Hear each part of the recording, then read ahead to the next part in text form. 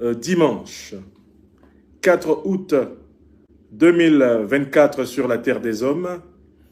Je vous parle depuis Niamey, en terre africaine du Niger, en exclusivité sur notre chaîne Facebook Franklin Nyamsi Wa Cameroun, l'Afrique des libertés.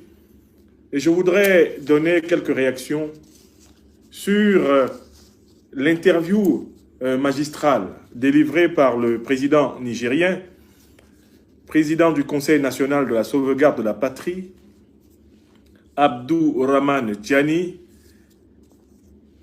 à l'occasion des festivités de la souveraineté engagées depuis le 26 juillet 2024, ici, en terre africaine du Niger. Je vous salue et je vous invite à partager massivement cette émission qui est en exclusivité sur notre chaîne YouTube Franklin Nyamsi Wa Cameroun, l'Afrique des libertés. Elle ne passe actuellement ni sur Facebook ni sur TikTok. Pour des besoins techniques, nous devons nous recentrer ici sur la chaîne YouTube et je compte sur chacune et chacun d'entre vous à travers le Niger, l'Afrique, l'Europe, l'Asie, l'Amérique, les îles de l'océan Atlantique et de l'océan Indien pour que cette émission, ce bref décryptage de l'interview monumentale du président Tiani parvienne aux confins de la planète. Comme on dit ici à Niamey, Ina Kwana. Ina Kwana à chacune et à chacun d'entre vous. Salam alaikum. Votre serviteur, vous le savez très bien, en cette période vacancière, bénéficie des merveilles et des bénédictions de la terre africaine. D'où vous avez pu observer que nous avons, pour ce ressourcement, légèrement baissé notre activité de communication. Car, en effet, il faut savoir se ressourcer pour pouvoir continuer à œuvrer avec force et vigueur. Je te salue où que tu sois dans le monde et je compte sur toi pour que cette émission soit distribuée ici et partout, maintenant et toujours. Le président Abdourahmane Tiani, l'un des 3 leaders de la Confédération de l'Alliance des États du Sahel, s'est retrouvé face aux très expérimentés, méthodiques, rigoureux journaliste Abdoulaye Tiemoro pour répondre aux questions que se posent les Nigériennes et les Nigériens.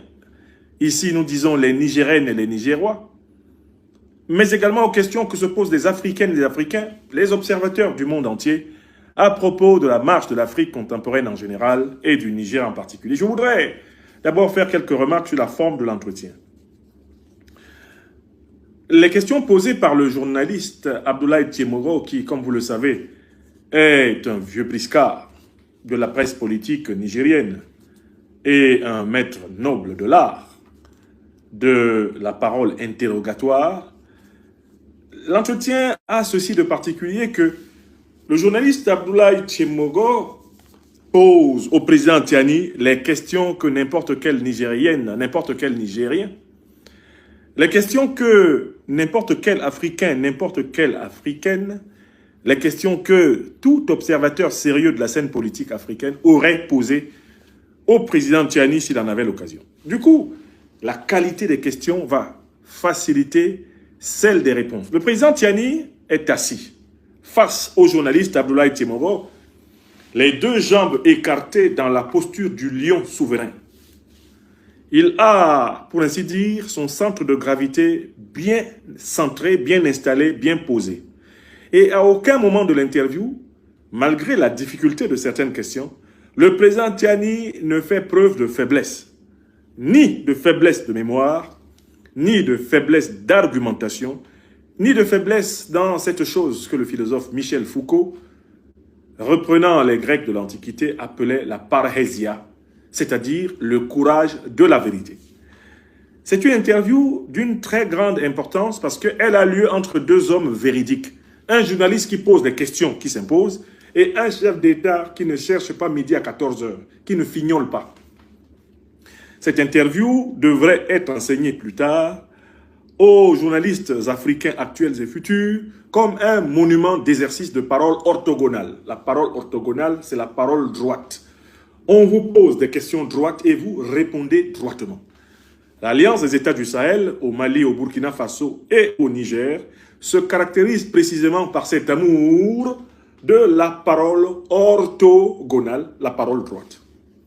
Nous allons donc assez rapidement et schématiquement revenir sur les grandes questions qui ont été posées au président Tiani, sur les réponses qu'il a apportées et la signification profonde de ces réponses, afin que nul n'en ignore.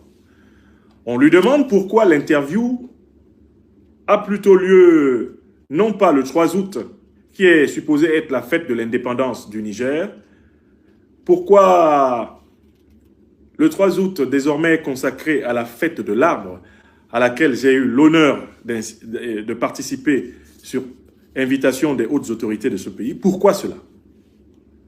Mais la réponse du président Tiani est très claire.